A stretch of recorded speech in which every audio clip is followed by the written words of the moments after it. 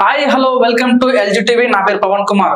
ఈ రోజు మనతో పాటు ఉన్న గెస్ట్ ఎవరంటే అతడు పేరు కన్నా కూడా ఆయన మాటలకే చాలా పవర్ ఉంటది. తను ఇప్పటి వరకు యువత మేలుకో రాజ్యం మేలుకో అనే నినాదంతో యూత్ పాలిటిక్స్ అనే ఒక సిద్ధాంతంతో 2 సార్లు ధర్మపురి ఎమ్మెల్యేగా కంటెస్ట్ చేసి ప్రశ్నించే దమ్ము లేని వానికి ఎదిరించే దమ్ము లేదు అన్నట్టుగా యూత్ పాలిటిక్స్ అనే సిద్ధాంతంతో మన ముందుకు వచ్చాడు. అతడు ఎవరో గారి దూడా మైపల్. హార్టీ వెల్కమ్ దూడా మైపల్ గారు, ఎల్జీ టీవీ. నమస్కారం. నమస్కారం. సో మొదటిగా అడగలకన్నా ఫస్ట్ క్వశ్చన్ ఏంటంటే, మీరు 2 సార్లు ఎమ్మెల్యే కంటెస్ట్ చేశారు అంటే ఏదో ఫేమ్ కోసం చేశారా, లేకుంటే సేవయుతం అనే ఉద్దేశంతో 2 సార్లు కంటెస్ట్ చేశారా? 2 సార్లు కంటెస్ట్ చేసిన, సేవ చేద్దామని ఒకటి. ఇలా ధర్మపురి నియోజకవర్గం అనేది 2009లో డీలిమిటేషన్ అయినప్పుడు ఎస్సీ రిజర్వేషన్ ఏర్పడ్డది. ఎస్సీ రిజర్వేషన్ ఏర్పడ్డప్పటికీ కూడా ఆ రిజర్వేషన్ అనేది స్థానికమైనటువంటి ప్రజలు, ధర్మపురి నియోజకవర్గానికి సంబంధించినటువంటి ప్రజలు డెవలప్ కావాలి, అభివృద్ధి కావాలని దేవుడితో మాకు రిజర్వేషన్ ఏర్పడింది. మాకు రిజర్వేషన్ ఏర్పడితే మా రిజర్వేషన్ గోదావరి కనులు అంటే ఈ కాన్సెన్స్ కాకుండా వేరే కాన్సెన్స్ గోదావరి కను సైడ్ నుండి వాళ్ళే టిఆర్ఎస్ కానీ, కాంగ్రెస్ కానీ, బీజేపీ కానీ ఏ పార్టీ వాళ్ళైనా కూడా అక్కడ నుంచి టికెట్లు వాళ్ళకి. ఈ ప్రాంతంలో రిజర్వేషన్ ఎవరి కోసం వచ్చిందండి? మా కోసం వచ్చింది, నా కోసం వచ్చింది. ఎస్పెషల్లీ ఇలా మా ప్రాంతంలో పోటీ చేస్తే మా ప్రాంత ప్రజల సమస్యలు ఉంటాయి, మా ప్రాంత ప్రజలు అభివృద్ధి అవుతారు, అన్ని విధాలుగా నడుస్తుంది. కానీ వాళ్ళు ఏందండి, దోసుకోవడానికి వస్తారు అంతే. వాళ్ళ పదవులు ఉన్నన్ని రోజులు పదవులు అనుభవిస్తారు, డబ్బులు దోచుకుంటూ వెళ్ళిపోతారు. కానీ ఇక్కడ ప్రజలు ఉన్నటువంటి 2009 నుంచి ఇప్పుడు 2025 వరకు కూడా ధర్మపురి నియోజకవర్గంలో ప్రజలు ఎస్సీలు ఒక్కరు కూడా డెవలప్ కాలేదండి. రిజర్వేషన్ మాకు వస్తే పెద్ద పార్టీలు అందరూ కూడా పార్టీని చూస్తారు కంపల్సరీ. పెద్ద పార్టీలన్నీ వాళ్ళకి టికెట్ ఇవ్వడం, ఎన్నిసార్లు ప్రయత్నం చేసినా కూడా అధికారం అంతా వాళ్ళ చేతిలో ఉంది. ఆ ప్రాంతంలో ఇప్పుడు Peddapalli parliament, MP parliament segment వస్తుంది. ఆ పార్లమెంట్ కి సంబంధించిన వాళ్ళు ఆ సైడ్ వాళ్ళు అందరూ ఉంటారు కాబట్టి వాళ్ళకి ప్రియారిటీ చూడమ్మా. మా దగ్గర ఉన్నటువంటి మా ధర్మపురి నియోజకవర్గంలో ఉన్నటువంటి వ్యక్తికి ఎవరికి టికెట్ ఇవ్వడం లేదు. సరే ప్రతిసారి ఇలా మనం చూసుకుంటే రిజర్వ్డ్ కాన్స్టిట్యూన్సీలలో ఎవరికి కూడా డబ్బులు ఉండేయండి, సాధారణ వ్యక్తులు ఉంటారు, కోట్ల రూపాయలు ఉండదు. అది ఎస్సీ కానీ, ఎస్టీ కానీ, ఎక్కడ కానీ. ఇలా మా ప్రాంతంలో ఉన్నటువంటి వ్యక్తులకు వరకు ఒక టికెట్ ఇస్తే మా ప్రాంతంలో ఉన్న వ్యక్తి ఎమ్మెల్యే అవుతాడు కదా. ఇలా చూసుకుంటే అసలు అందరు వాళ్ళకి నాకు అనిపించేది, అరే ఏంది రిజర్వేషన్ ఎవరి కోసం వచ్చింది? మా కోసం రిజర్వేషన్ అయితే మా రిజర్వేషన్ వీళ్ళు గద్దల్లాగా ఎత్తుకొని పోవడం వీళ్ళు ఎవరు అని చెప్పేసి నేను చాలాసార్లు బాధపడి, ఆ విధంగా ఏమైనా కూడా ఇలా మన దళిత సామాజిక వర్గాలు డెవలప్ కావాలి, మా ప్రాంతంలో ఉన్నటువంటి ఎస్సీలందరూ డెవలప్ కావాలి, చదువుకోవాలి, ఉన్నతమైన స్థానంలో ఉండాలని చెప్పేసి నేను పోటీ చేయడం జరిగింది. ఓకే, మీరు 2 సార్లు ఎమ్మెల్యే కంటెస్ట్ చేయడం జరిగింది. 2 సార్లు పార్టీతోనే చేస్తారా లేకపోతే ఇండిపెండెంట్ చేస్తారా? ఒకసారి మొదటిసారి నయా భారత్ పార్టీ అని పార్టీతో చేసిన. మొట్టమొదటిసారి చేసినప్పుడు నా వయసు 25 సంవత్సరాలు, 2 ఏళ్ళు, చిన్న పిల్లవాడిని, అప్పుడు చాలా చిన్నవాడిని. ప్రచారానికి వెళ్తుంటే అందరూ అరే ఎమ్మెల్యే అంటే నేనంటే అసలు అది ఇంత చిన్న పిల్లగానే అన్నారు. అంటే స్టార్టింగ్ ఏంటంటే అరే చిన్న పోరాడు ఏదో వట్టి చేసిండేమో నామినేషన్ అనుకున్నాడు. అప్పుడు అసలు యువతకు అసలు రాజకీయాలకు రావాలని కూడా ఎవరికి ఉండదు అంత వయసులో. కానీ నేను తెలుగుదేశం పార్టీలో పనిచేసిన కాబట్టి నాకు అనిపించింది, రిజర్వేషన్ మా రిజర్వేషన్ వాళ్ళు వాడుకుంటారు, మరి మనం ఎందుకు ఏమో వీళ్ళు ఎవరు కూడా ముందరికి రావట్లేదు ఎవరు కూడా, మరి నేనైనా ముందరికి వచ్చి పోటీ చేస్తా అని చెప్పి నిర్ణయం తీసుకోవడం జరిగింది. అప్పుడు తర్వాత నామినేషన్ వేయకముందు అందరూ చిన్నపిల్లగాడు ఏంది అది అనుకున్నారు. నామినేషన్ వేసి ప్రచారం చేసేటప్పుడు మాట్లాడుతుంటే అప్పుడు అనిపించింది, అరే వీడు నిజంగా దమ్మున్నవాడు, ఇలాంటి వాడు కంపల్సరీ ధర్మపురి నియోజకవర్గంలో అవసరం అని చెప్పేసి చాలా మంది అనుకున్నారు. మొదటగా మీరు ఎమ్మెల్యే కంటెస్ట్ చేసినప్పుడు మీకు ఎన్ని ఓట్లు వచ్చినాయి? 2 సార్లు ఎమ్మెల్యే కంటెస్ట్ చేసినప్పుడు అప్పుడు ఎన్ని వచ్చినాయి ఓట్లు? నాకు మొదటిసారి చేసినప్పుడు చాలా తక్కువ వచ్చినాయండి. అంటే ఫస్ట్ టైం కాబట్టి, అంటే చిన్న పిల్లగాని అప్పుడు అసలు ఇంట్రెస్ట్ రాజకీయంగా ఎవరికి తెలియదు కదా, అదే ఫస్ట్ టైం పోటీ చేస్తుండని చెప్పేసి అప్పుడు ఒక 1000 లోపు వచ్చినాయి అంతే. తర్వాత ఇంకా ఓడిపోయినాక కూడా నేను నిరంతరం ప్రజలలో ఉన్నా. ఓడిపోయిన తెల్లారి నుంచి కూడా ప్రజల నుండి ప్రజా సమస్యల పైన కొట్లాడము, ప్రతి సమస్య పైన. అప్పుడు మాకు 2018లో గొప్పలేశ్వర్ గారు మినిస్టర్ అండి, ఆయన గెలిచారు. ఆయన పైన నిరంతరం పోరాటం చేసి ధర్మపురి నియోజకవర్గ సమస్యల ప్రతి సమస్యలో మైపాలి పాత్ర ఉంటది. ప్రతి సమస్య కోసం నేను మాట్లాడిన. కాంగ్రెస్ బీజేపీ వాళ్ళు అసలు ప్రతిపక్షాలు ఉండరా లేరా అనుకుంటుండే, అంత ప్రతిపక్షం లేక దాటిగా ప్రజల పక్షాన్ని నేను మాట్లాడడం జరిగింది. మాట్లాడి మంచి పనులు కూడా బాగా చేసిరు వాళ్ళు కూడా. అప్పుడు నేను కూడా చాలా కొట్లాడడం జరిగింది. అన్న ఈ మధ్యలో యూత్ పాలిటిక్స్ అనే నినాదం మీ నుంచి నేను విన్నా చాలాసార్లు కూడా. యూత్ పాలిటిక్స్ ఓకే, ఈ మధ్యలో చాలా మంది ఏదో ఫేమస్ అవ్వాలని, ఏదో ఫార్మాలిటీకి నామినేషన్ చేద్దాం, ఏదో నామాలు కంటెస్ట్ చేస్తాం అన్నట్టుగా చాలా మంది కంటెస్ట్ చేస్తారు. అంటే ఫేమ్ కోసం కంటెస్ట్ చేస్తున్నారా లేకపోతే నిజంగానే మీరు ప్రజల సేవ చేయాలన్న ఉద్దేశంతో కంటెస్ట్ చేస్తున్నారా? నిజంగానే యూత్ అనే వాళ్ళు సేవ చేయడానికి కంటెస్ట్ చేయట్లేదా? అంటే కొంతమంది ఒక్కొక్కరికి ఏమో చేసి ఆ పోటీ చేయగానే ఏమైతుంది ఏముంది అని చెప్పేసి అనుకుంటారు. కానీ కాకపోతే రాజకీయం అంటే ఎమ్మెల్యే అంటే చాలా టఫెస్ట్ జాబ్. అది కానీ ఎంత టఫ్ ఉంటుందో అంత హ్యాపీనెస్ ఉంటుంది, అంత ఆనందం ఉంటుంది. ఇలా గుర్తుపెట్టుకోండి, ఒక చిన్న ఎగ్జాంపుల్ చెప్తా. ఇలా ఆర్ఎస్ ప్రవీణ్ కుమార్ సార్ ఉన్నారు, additional DGP of Telangana state. Lakshminarayana గారు ఉన్నారు, ఐఏఎస్. వారు కూడా ఐఏఎస్. జాబ్కు రీజన్ చేసి ఎమ్మెల్యే కావాలనుకున్నారంటే ఈ ఎమ్మెల్యే పదవికి ఎంత పవర్ ఉందో అర్థం చేసుకోండి. అంటే ఐపీఎస్ కన్నా పెద్ద పదవి ఎమ్మెల్యే అంటారా? 100% ఎమ్మెల్యే అండి. అంటే ఎమ్మెల్యేలు చట్టాలు చేసేవాళ్ళు, ఐపీఎస్ అనేటోళ్ళు వాళ్ళు మేము చట్టాలు చేసిన దాన్ని వాళ్ళు వర్క్ చేయడం అంతే వాళ్ళ పని. వాళ్ళు విధులు నిర్వహించాలి అంతే. కానీ చట్టాలు చేసే ఎవరండి? రాష్ట్ర ప్రభుత్వం, ఎమ్మెల్యేలే. అంటే చెప్పండి, ప్రతి ఒక్కరు చదువుకొని ఐపీఎస్ కావాలి, ఐఏఎస్ కావాలనుకుంటారు. సో ఆ రూట్లోకి వెళ్తున్న వాళ్ళకి వాళ్ళే ఇప్పుడు రాజకీయాలకు వస్తుంటే చిన్న ఉన్నప్పుడు రాజకీయం చేసుకుంటే బెటర్ కదా? బెటరే. ఇప్పుడు కొంతమందికి ఎట్లా అంటే ఫ్యామిలీ బ్యాక్గ్రౌండ్స్ బాగాలేక, కొంతమందికి అనుకోని పరిస్థితిలా. ఎందుకంటే ఇంకా రాజకీయంలో అంటే మరి చూస్తున్నారు ఈ కేసులు, కొట్లాటలు, గొడవలు. మనం మంచి ఇస్తే 10 మంది మంచి అంటే 90 మంది చెడ్డలు అంటారు. మనం ఎంత చేసినా కూడా. మనం ఒక పని చేసి ఇలా రాజకీయ నాయకుడు అంటే జీతం లేకుండా పని చేస్తాడు. ప్రపంచంలో గొప్ప వాళ్ళు ఎవరంటే ఒకటే చెప్తాండి, నా రాజకీయ అనుభవం ప్రకారం రాజకీయ నాయకుడే అండి. ఇలా గవర్నమెంట్ ఎంప్లాయీ 9 గంటలకు అసలు 5 గంటలకు కూర్చాడు, టైం అయిపోయింది అని చెప్పేసి డ్యూటీ అయిపోయింది అంటాడు. అదే రాజకీయ నాయకుడు 24 గంటలు 24 అవర్స్ ఇంట్లో వాళ్ళకు జ్వరం వచ్చింది, ఈ ప్రాబ్లం ఉందన్నా కూడా ప్రజల కోసం సేవ చేస్తాడు. రాజకీయ నాయకుడు టైం అనేది ఉండదు, తిండి ఎప్పుడు తింటాడో తెలియదు. ప్రతి కాల్ ఆఫీసర్ అన్నా ఫోన్ చేస్తే బిజీ ఉన్నాం అన్నం తింటున్నాడు. కానీ పాలిటిక్స్ ఉన్న వ్యక్తి అన్నం తినేటప్పుడు కూడా ఫోన్ లేపుతాడు. 24 గంటలు ఎప్పుడైనా ఫోన్ లేపుతారు. లేపి పని మీద చూసుకొని మన రిటర్న్ కాల్ బ్యాక్ చేస్తారు. అంత గొప్ప వాళ్ళండి రాజకీయ నాయకులు. అందుకే రాజకీయానికి మన భారత రాజ్యాంగంలో ప్రత్యేకత ఉంది. అందుకే రాజకీయం అంటేనే అంత. ఎందుకంటే మనం జాబ్ అనేది ఒక వ్యక్తి తన కోసం చేసుకుంటాడు, కానీ రాజకీయం అనేది ఒక వ్యక్తి ఇతరుల కోసం, ప్రజల కోసం సేవ చేస్తాడు. అది రాజకీయ నాయకుడి గొప్పతనం. ఇప్పుడు చదువుకున్న వాళ్ళు ఎవరికి సలాం కొడతారు అంటే మీరు ఏం చెప్తారు? రాజకీయ పొలిటీషియన్ కంపల్సరీ. ఐపీఎస్ కూడా కొట్టాల్సిందే అండి ఎవరికైనా కూడా. దేశంలో పుట్టినటువంటి ఏ ఎంప్లాయ్ అయినా, ఏ ప్రభుత్వ ఉద్యోగాన్ని ఎవరైనా కూడా కంపల్సరీ ఆ ప్రాంతంలో ఐఏఎస్ అంటే మంత్రులకు కానీ, సీఎం కానీ సలాం కొడతాడు, ఎమ్మెల్యే గారు కొడతారు. కంపల్సరీ ఏదైనా కూడా పొలిటీషియన్ గొప్పవాడు. ఎందుకంటే గుర్తుపెట్టుకోండి, ఎంతమంది ఐఏఎస్లు అయినా, ఎంతమంది ఐపీఎస్లు అయినా కూడా వాళ్లకు ఒక ఎక్స్ ఎమ్మెల్యే ఏదో 50 ఏళ్ల కింద ఎమ్మెల్యే పోని రిటైర్మెంట్ అయినాక ఈయన పోని, ఎక్స్ ఎమ్మెల్యేకి ఫస్ట్ ప్రియారిటీ ఉంటది. ఈ ఐపీఎస్ జాబ్ ఉన్నంత వరకు అతనికి పవర్ ఉంటది. కానీ ఎమ్మెల్యే అంటే చచ్చిపోయేంత వరకు కూడా, బ్రతికుండి చచ్చిపోయేంత వరకు కూడా పవర్ ఉంటది. ఎక్స్ ఎమ్మెల్యే అంటే అదొక అంతే, ఇంకా అది బ్రాండ్. అది ఇంత పవర్ ఉంటది రాజకీయంలో, చాలా అంటే చాలా పవర్ ఉంటది. ప్రపంచం ఈ దేశాన్ని నడిపించేది రాజకీయ వ్యవస్థ కాకుండా ఏంటండి, గవర్నమెంట్ ఎంప్లాయీలు ఏంది, వీళ్ళు చేసే చట్టాలు. ఎంప్లాయీ ఎవరైతే పొలిటీషియన్స్ ఉంటారో గవర్నమెంట్ చేస్తే ఆ చట్టాలు చేస్తే వాళ్ళు ఇంప్లిమెంట్ చేయాలి అంతే. ప్రజలకు ఆ పని ఇప్పుడు చట్టం చేసి వీళ్ళు చట్టం చేస్తే ఆ పనిని ఇంప్లిమెంట్ చేయాల్సిన ఎంప్లాయీలు అంతే. కానీ ఎంప్లాయీలు ఏమి ఉండదండి, వాళ్ళు పని చేయాలంతే.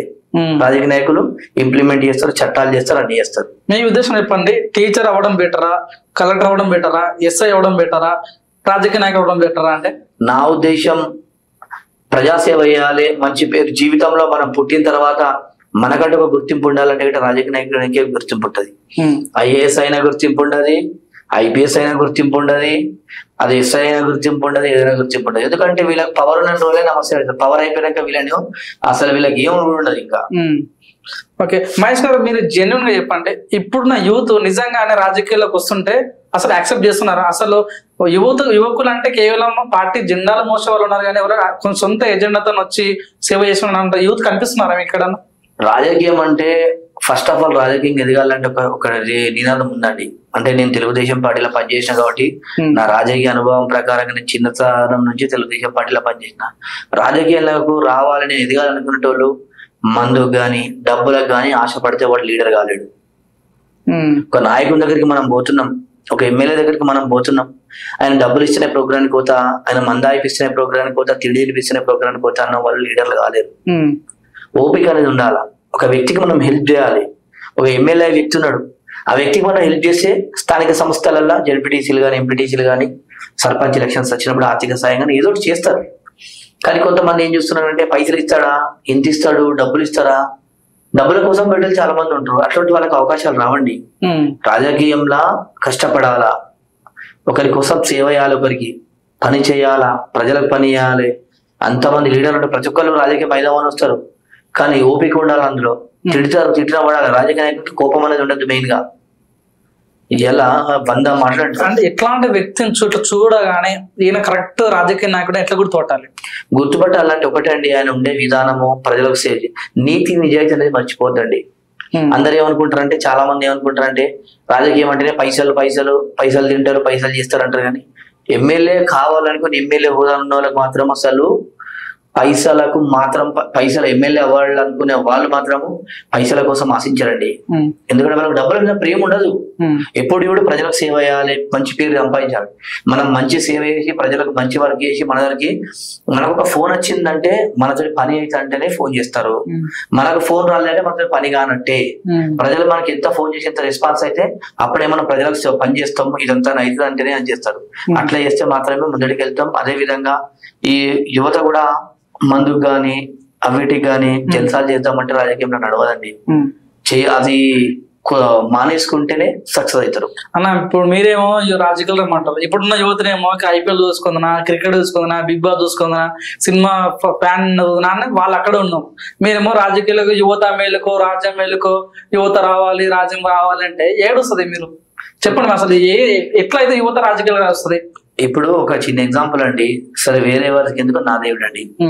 నేను 25 సంవత్సరాలకు ఎమ్మెల్యే కంటెస్ట్ చేసిన. 25 సంవత్సరాల వయసులో ఏం చేయాలండి? అందరూ ఇప్పుడు యువత అయితే ఏం చేస్తారు, IPL చూడడం, ఎంజాయ్ చేయడము, పార్టీలు చేసుకోవడము, అట్లా ఎట్లా ఉంటుంది. కానీ నాకు ఆ దారి అనిపించలేదండి. సరే నేను డిగ్రీ వరకు హైదరాబాద్ చదువుకున్నా, మంచి లైఫ్ ఎంజాయ్ చేసిన, మంచి చేసిన. కాకపోతే మనం ఎంజాయ్ చేసే వయసు అనేది 22, 23 వరకు మాత్రమే. కానీ 23 తర్వాత బాధ్యతలు అనేవి ఉంటాయి. నాకు అనిపించింది ఇవన్నీ ఏం చేసినా కూడా ఇది అసలు నథింగ్. అసలు పాలిటిక్స్ లో ఉన్నంత పవర్ ఇంకేది లేదు. దీని తప్ప పాలిటిక్స్ అయితేనే మనం ఏదైనా చేయగలుగుతాము. పాలిటిక్స్ ఉన్న వాళ్ళకంత పవర్ ఇంకా తప్ప వేరేది ఏం లేదు అనిపించింది నాకు. అందుకే ఏ రోజు కూడా నేను జాబ్ లోకి వెళ్ళలేదండి, ఇంటర్వ్యూ పోలేదు. ఇప్పటి వరకు నేను హైదరాబాద్ చదువుకున్నా, ఎప్పుడు కూడా నేను ఒక్క రోజు కూడా ఒక ఆఫీస్ కు ఒక ఫైల్ పట్టుకుని ఇంటర్వ్యూకి వెళ్ళలేదండి.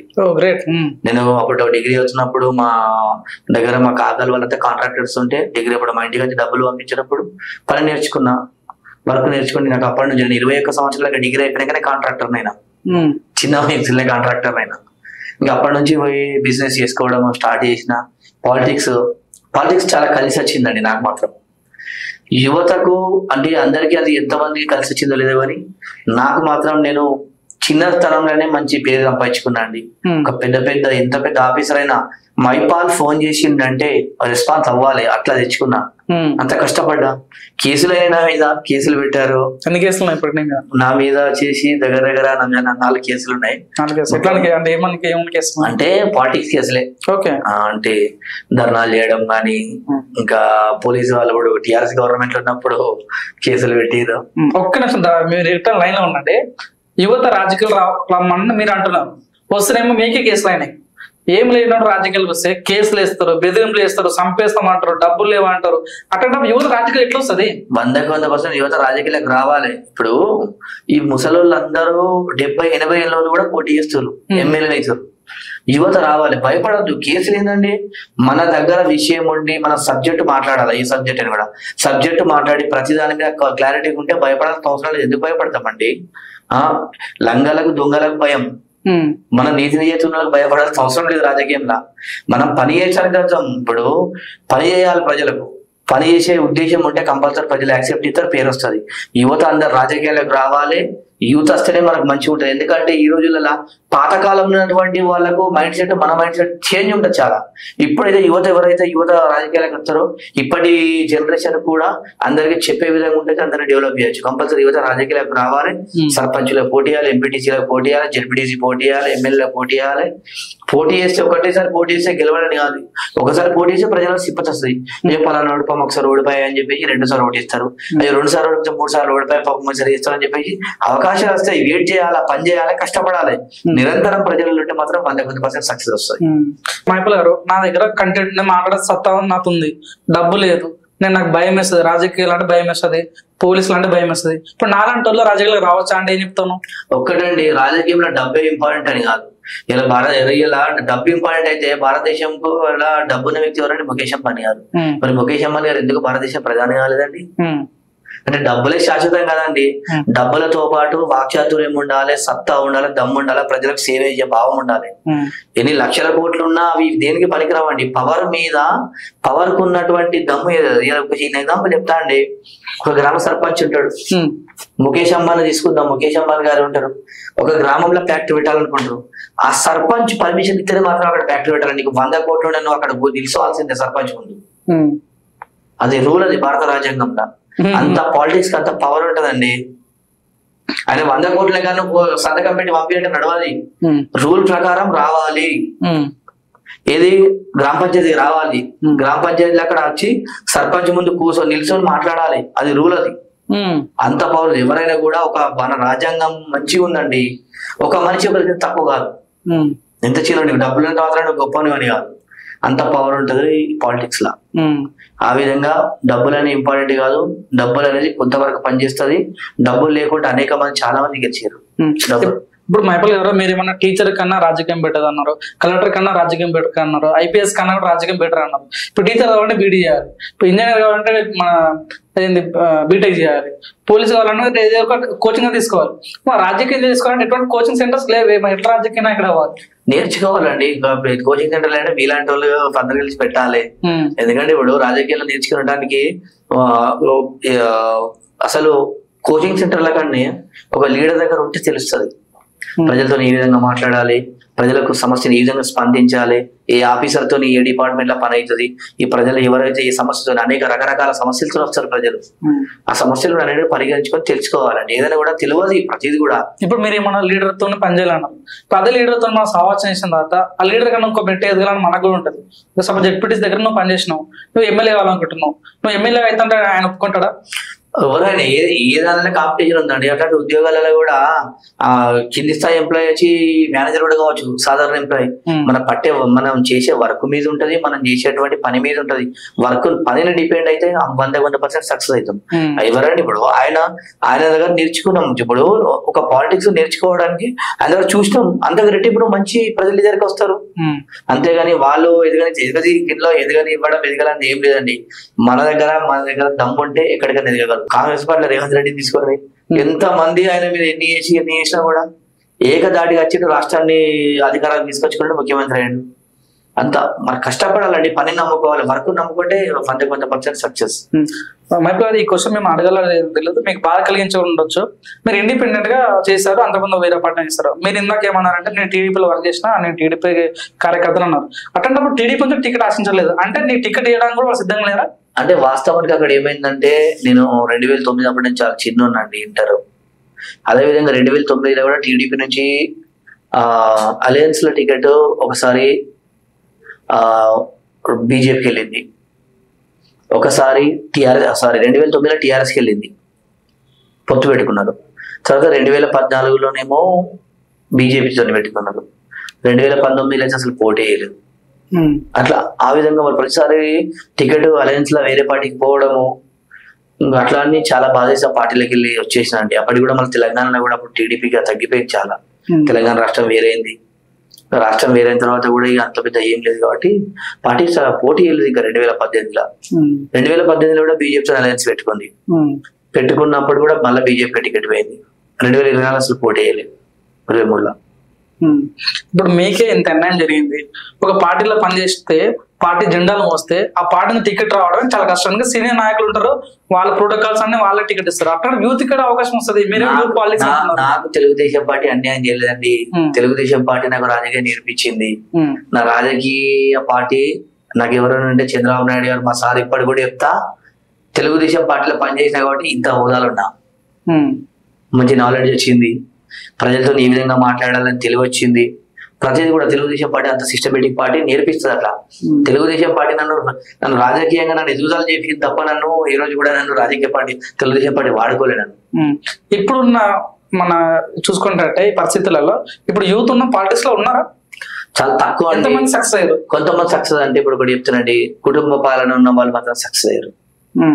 వీళ్ళు చూసుకుంటే నాన్నలు ఎమ్మెల్యే ఉన్న వాళ్ళు మాత్రమే పాలిటిక్స్ లో ఉన్నారు తప్ప యూత్ ఇంకా మిగతా వాళ్ళు ఎవరు లేరండి. చాలా మంది వస్తున్నారు, అన్ని చేస్తున్నారు, కానీ ఏదో రంగంకి ఒక కేసు కాగానే 2 కేసులు కాగానే భయపడము, ఆ సమస్యల పైన అవగాహన లేకపోవడము, ఏం తెలియకపోవడము, మాకెందుకులే అనుకోవడము, నేర్చుకోకపోవడము.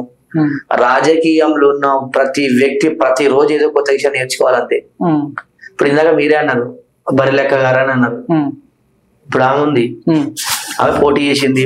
తెలంగాణ ప్రజలు సరే అమ్మాయి, పేదింటి అమ్మాయి, ఇలాంటి అమ్మాయి రావడం గొప్ప విషయం అనుకుని అందరూ సరే అని మొత్తం YouTubers, media channels, TV channels, అన్ని ఛానళ్ళు ప్రజలు అందరూ డొనేషన్ చేసి అన్ని చేశారు. తర్వాత ఆమె ఏం చేసిందంటే ఎలక్షన్ అయిపోయింది, పెళ్లి చేసుకుంది ఉంది. కానీ ఈ రోజు ప్రజా సమస్యల పైన మాట్లాడలే, తెలియదు, అవగాహన లేదు, సబ్జెక్ట్ పైన అవగాహన లేదు. ఇలాంటి తెలియదండి వాళ్ళు. ఇప్పుడు నేర్చుకోవాలి. ఇప్పుడు గుర్తుపెట్టుకోండి, రాజకీయాలు ఉన్నప్పుడు తెలిస్తేనే తెలిసినట్టు మాట్లాడాలి, తెలియకుండా తెలియదని చెప్పండి కొడతారా అండి? తెలిస్తేనే తెలిసిందని చెప్పాలి. తెలిసిందంటే సరే పర్ఫెక్ట్ చెప్పండి, ఓకే. తెలియదంటే ఎవరంటే తెలియదు కావచ్చు, ప్రతి విషయం తెలియదు కావచ్చు అనుకుంటారు. ఏదైనా తెలిసిన నటించదు. నిజాయితీ ఉండాలా, కష్టపడాలి, నేర్చుకోవాలి, సబ్జెక్ట్ మాట్లాడాలండి. ఎక్కడికినా జీవోలు నేర్చుకోవాలా, భారత రాజ్యాంగంలో ఏముంది, ఏ చట్టాలు ఏం కొత్తగా ఉన్నాయి, ఏ విధంగా పోలీస్ స్టేషన్ కొత్త ఏందని చెప్పి పోలీస్ స్టేషన్ మనం ఏంటంటే రాజకీయంలో ఏం పనులు ఉంటాయి, ఒక police station, MPDO office, MRO office, ఇందులో ఉన్నటువంటి అవన్నీ తెలుసుకోవాలి. కానీ రూల్స్, నియమ నిబంధనలు తెలుసుకొని పోతే ముందరికి వెళ్తే ఏ పరైనా ఆఫీసర్ చేస్తారో ప్రతిదీ కూడా మంచిగా ఉంటుంది. ఇప్పుడు మీరు ఏం చెప్పదలుచుకున్నారు, యువతకి ఏం చెప్పదలుచుకున్నారు? యూత్ పాలిటిక్స్ చేయాలా వద్దంటే మీరు ఏం చెప్తారు? యూత్ కంపల్సరీ, యువత రాజకీయాలకు రావాలి, యువత మేలుకోవాలి. యువత కంపల్సరీ, యూత్ ఉంటేనే మనకు మంచిది. ఎందుకంటే ఇలా చూసుకుంటే గిట్ట కుటుంబ పాలన నడుస్తున్నాయి. వాళ్ళ కుటుంబ ప్రజలు కూడా, మీరందరూ కూడా ప్రజలు కూడా ఆలోచించాలి. ఒకటే కుటుంబానికి ఓటేసి వాళ్ళే ఉన్నట్టు గ్రామంలో, మండలంలో, నియోజకవర్గాలలో వాళ్ళే ఉన్నారు, వాళ్ళ కొడుకులు, వాళ్ళ బిడ్డలే అని కాకుండా కొత్త వారికి, యువతకు అవకాశం ఇవ్వండి. అందరి పరిపాలన చూడండి. యూత్ అందరు రావాలి, రాజకీయంగా ఎదగాలి.